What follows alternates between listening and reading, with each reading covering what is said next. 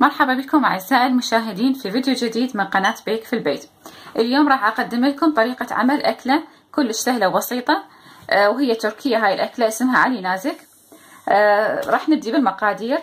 راح أحتاج 200 غرام من اللحم المفروم، تختارون دجاج أو غنم مثل ما تحبون.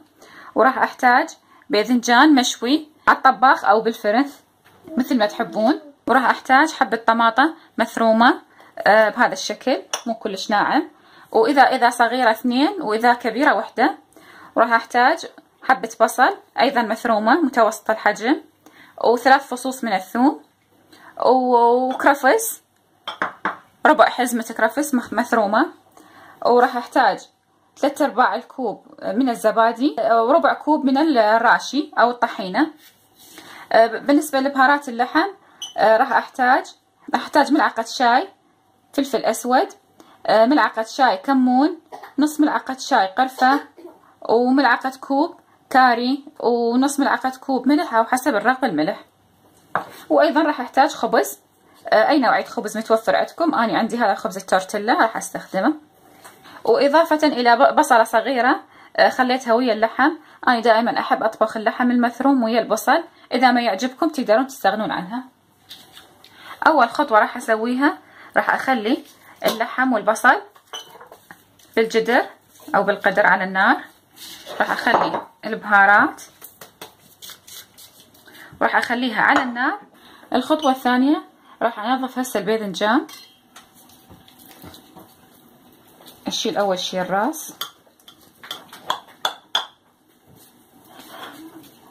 راح أبدي أنظفها.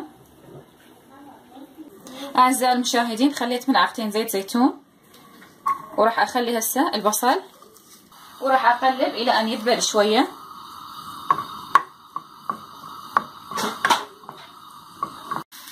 أعزائي المشاهدين بدأ البصل يذبل شوية. هسه راح أهرس شوية ثوم. تقدرون تقطعوها بالسكينة بإيدكم، تقدرون تهرسوها بالمهراسة.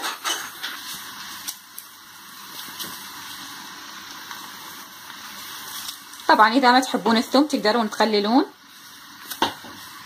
من عنده. وأقلب بس تطلع ريحة الثوم، بعدين أضيف الطماطم. أعزائي المشاهدين قلبت تقريبا دقيقتين، وهسه راح أضيف الطماطم وأقلب دقيقة أخرى، وبعدين أضيف الباذنجان. أعزائي المشاهدين أنا الباذنجان بعد ما نظفته قطعته بهذا الشكل، وهسه راح أخليه على الطماطة والبصل والثوم. راح أخلي عليه رشة ملح،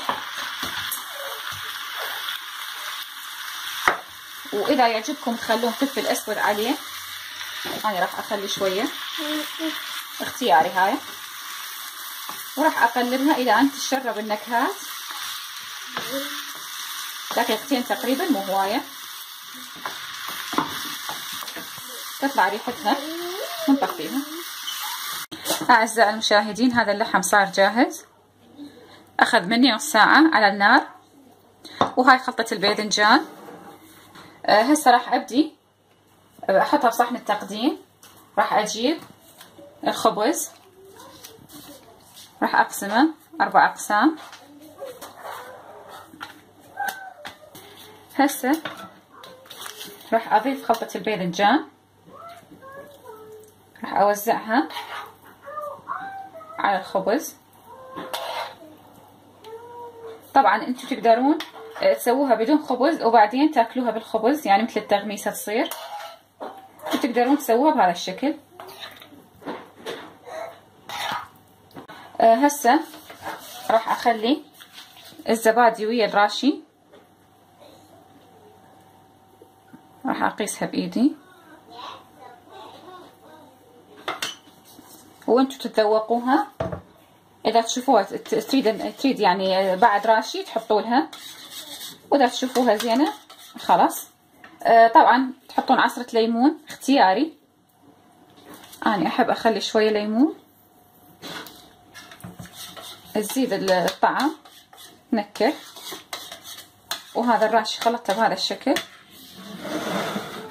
راح اخلي نص كمية اللحم هنا هذا الشكل، وبعدين راح اوزع الزبادي والراشي بهذا الشكل، وطبعا تحطون انتم حسب رغبتكم الكمية.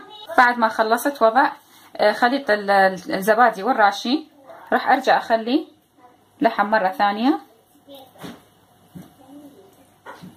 ما تتصورون الريحة قد طيبة. اتمنى تجربوها لهاي الوصفة لان كلش طيبة وبسيطة. راح نبدي نزين. نخلي